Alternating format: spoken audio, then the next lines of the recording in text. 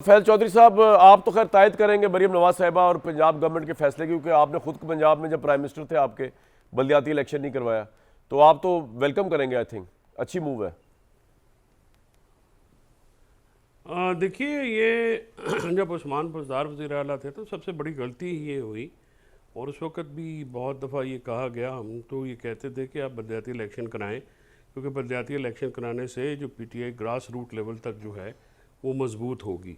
जो इस वक्त आपने जो आइन का आप जायज़ा लें तो आर्टिकल 7 में जो लोकल गवर्नमेंट है उसके बगैर स्टेट पूरी कंप्लीट नहीं होती, और ये जो लॉ बनाया गया है जिसके तहत पंजाब गवर्नमेंट जो है वो बलदियाती इलेक्शन कराना चाहती है, एक तो गैर सियासी जमातों बुनियादों के ऊपर इलेक्शन होना, ये एक तो सियासी एलिमेंट है ना। जो असल प्रॉब्लम ये है कि 140A आर्टिकल 140A के तहत आपने लोकल गवर्नमेंट को फाइनेंशियली और एडमिनिस्ट्रेटिवली एम्पावर करना है।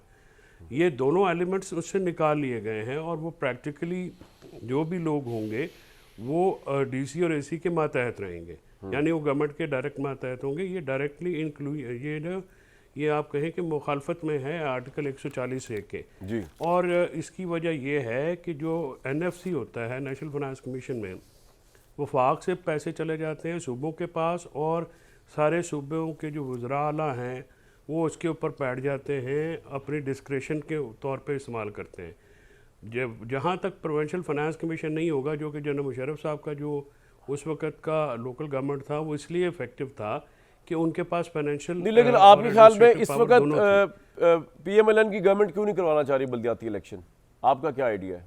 और गैर जमाती तो उनको पता, उनका तो बिल्कुल इसलिए गैर जमाती चाहना चाहते हैं कि वो उनको पता है कि उनको वोट नहीं मिलेंगे, और ये जो लोकल गवर्नमेंट में का इलेक्शन होगा ये भी जनरल इलेक्शन की तरह सरप्राइजिंग होगा।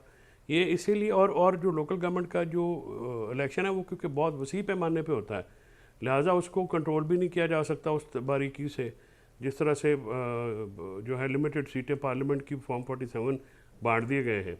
अब ये उसके मरहलावार कराने की कोशिश करें। बुनियादी तौर पर ये भी मैं आपको लिख दूँ कि ये लोकल गवर्नमेंट नहीं कराएंगे, ना पीपल्स पार्टी ये चाहती है। उन्होंने वहाँ पे जो लोकल गवर्नमेंट्स रखी हैं, क्योंकि वो 15 साल से हैं, तो उन्होंने उसका ज़रा अरेंजमेंट और किया हुआ है। ना ये पंजाब हुकूमत चाहती है, बलूचिस्तान में तो खैर उसका रवाज ही नहीं है। इसलिए आप देखते हैं ना कामरान साहब, जो एक गवर्नेंस की जो हम प्रॉब्लम्स की बात करते हैं, आप बाहर जाते हैं, बाहर जो सबसे ज़्यादा मजबूत गवर्नमेंट होती है वो सिटी काउंसिल्स होती हैं, जो लोकल गवर्नमेंट्स होती हैं, जो हर शहर को चलाती हैं। अमेरिका में तो इवन पुलिस डिपार्टमेंट जो हैं वो उनके नीचे हैं। तो ये सारे मामला जो हैं वो इसीलिए इफेक्टिवली, आप चाहे फ्लड आए चाहे कोई और मुसीबत आए, आप ऐसे इसलिए इफेक्टिवली उसे नबरदा आजमा होते हैं ना, क्योंकि आपका 3rd ईयर गवर्नमेंट का जो है वो बिल्कुल ही गायब है। और जो गैर सियासी जमातों गैर सियासी बुनियादों पर करने का तो मकसद ही एक होता है ना, कि जो आएगा, जो वहाँ से आएगा, हम उसको ऊपर से चयन करके तो अपने उसमें शामिल कर लेंगे। लेकिन इसमें मज़हर अब्बास साहब की बात में बड़ा वज़न है। इससे आपको जो लोकल गवर्नमेंट में जो पॉलिटिकल फ़ायदा होता है वो नहीं होगा। किसी भी सियासी जमात को पॉलिटिकल फ़ायदा तो तब होगा ना कि अगर लोकल गवर्नमेंट में उनके टिकट पे लोग जीते और लोग उनको अपना वोट दें।